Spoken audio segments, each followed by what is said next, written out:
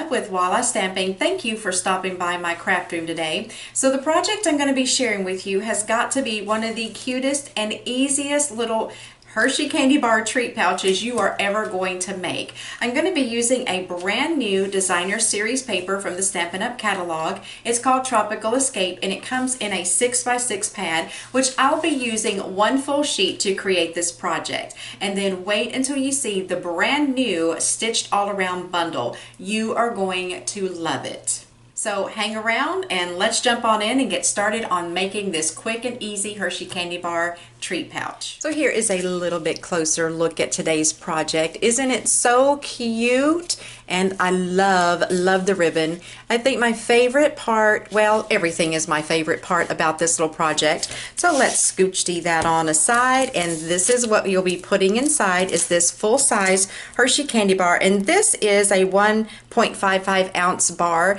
So let me show you this Tropical Escape Designer Series paper. This is the perfect summertime project paper for not just projects like this, but cards or anything that your little heart desires. So I'm gonna just thumb through here really quickly and just show you some of these patterns. And as you can see, great patterns for backgrounds or even to be the focal point. Lots of greens and leafy patterns. And then I'm gonna flip it over. And some of these are a little more subtle. You see the pinks and some stripes and that kind of thing. So this is an awesome paper pack. Tropical Escape is what it's called. So I'm going to be using a little bit different pattern. I've decided to go with this one just so that you can have kind of a bird's eye view of a different pattern with the same project. So the first thing that we're going to do is a little bit of scoring.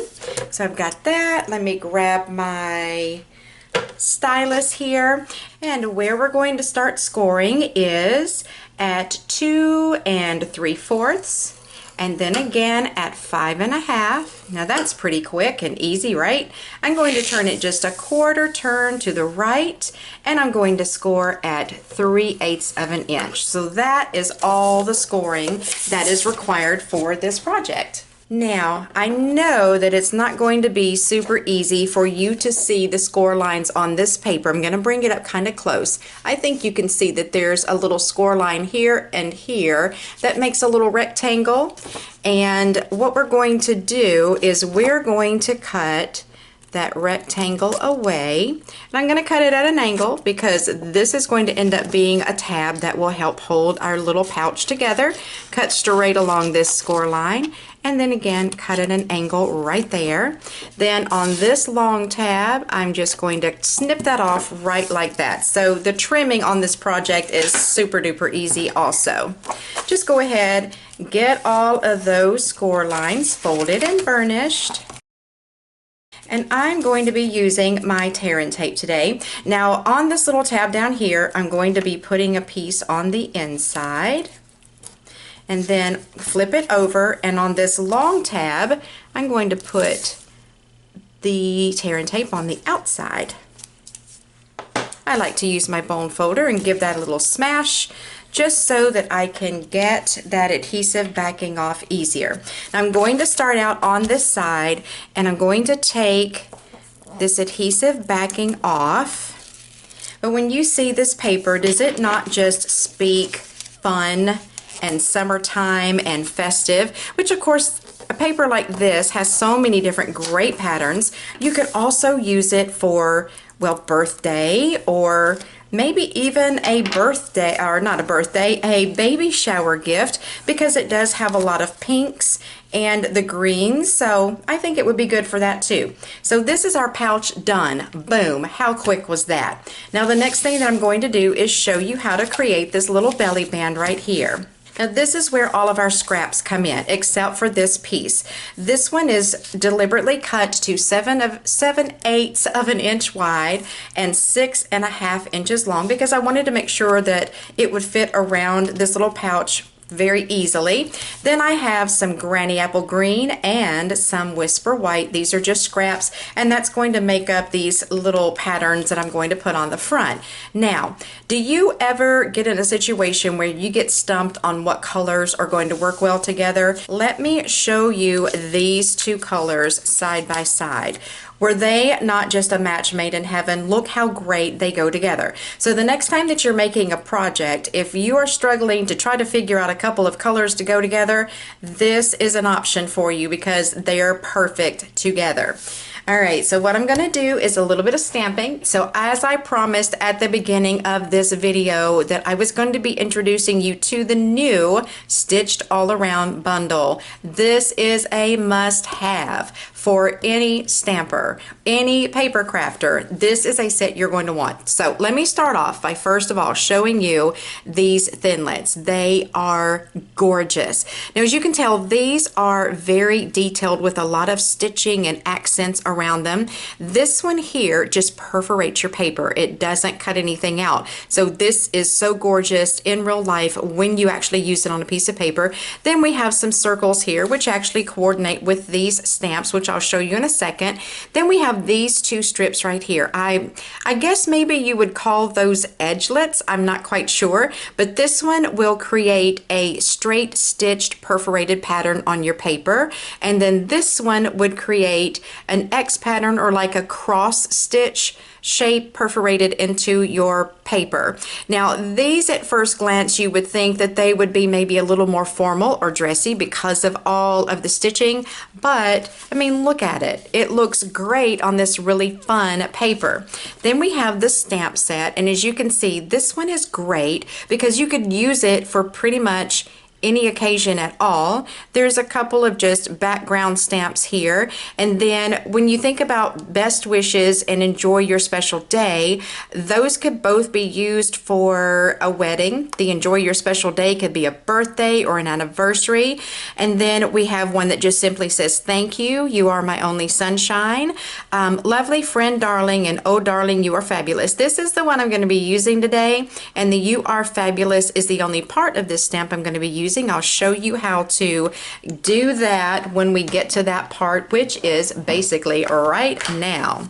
So I'm going to grab that stamp out of there. So I have my stamp mounted there, and I have some post-it note here, and this is the kind of post-it note that is sticky all over the whole back, and I'm going to use this to cover up the part of my stamp that I don't want to use. So I'm just trimming it down into little pieces here that I can manipulate and put where I want it to be, so that only the letters and the words that I want to stamp will be showing. So the ink that I'm using is Granny Apple Green, one of my new favorites. This may possibly be my new favorite green in the Stampin' Up! Line. So I'm just going to remove that because I don't need it anymore. And I don't have to be real deliberate about where I stamp this because I am going to be running it through the Big Shot. And speaking of the Big Shot, let's go ahead and grab that bad boy and pull it in here and get these things cut out. What I'm going to do is put my Granny Apple Green and my Whisper White there, and the two framelits I'm going to be using is this one right here and this one right here. Now the next step that I'm going to do is I'm just going to take my Hersheys candy bar, and I don't want these sticking up like that. See how I've got those kind of tucked out of the way? So what I'm going to do is just flip this over, put some Snell adhesive on the back of that little tab, and then just fold it down. I'm going to do that on both sides.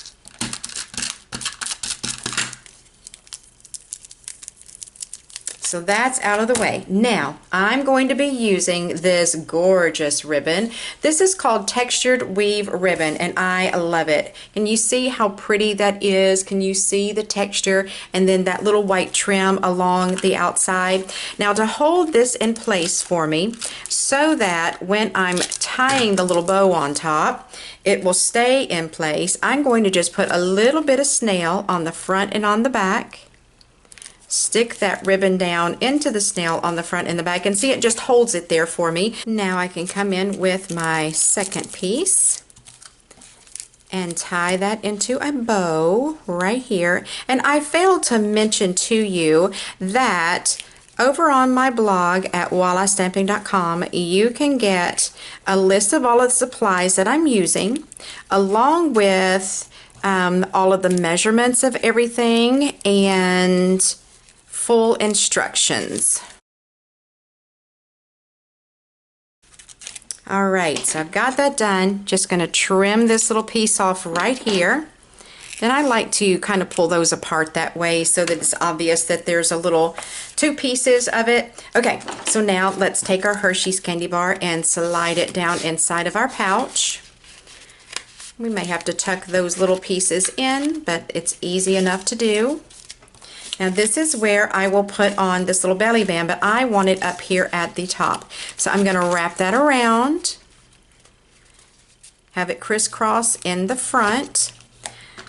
Then I'm going to put some adhesive right here, a little bit right there. Fold that down. Actually, I'm going to slide it up just a little bit. There we go. Then a little more adhesive here.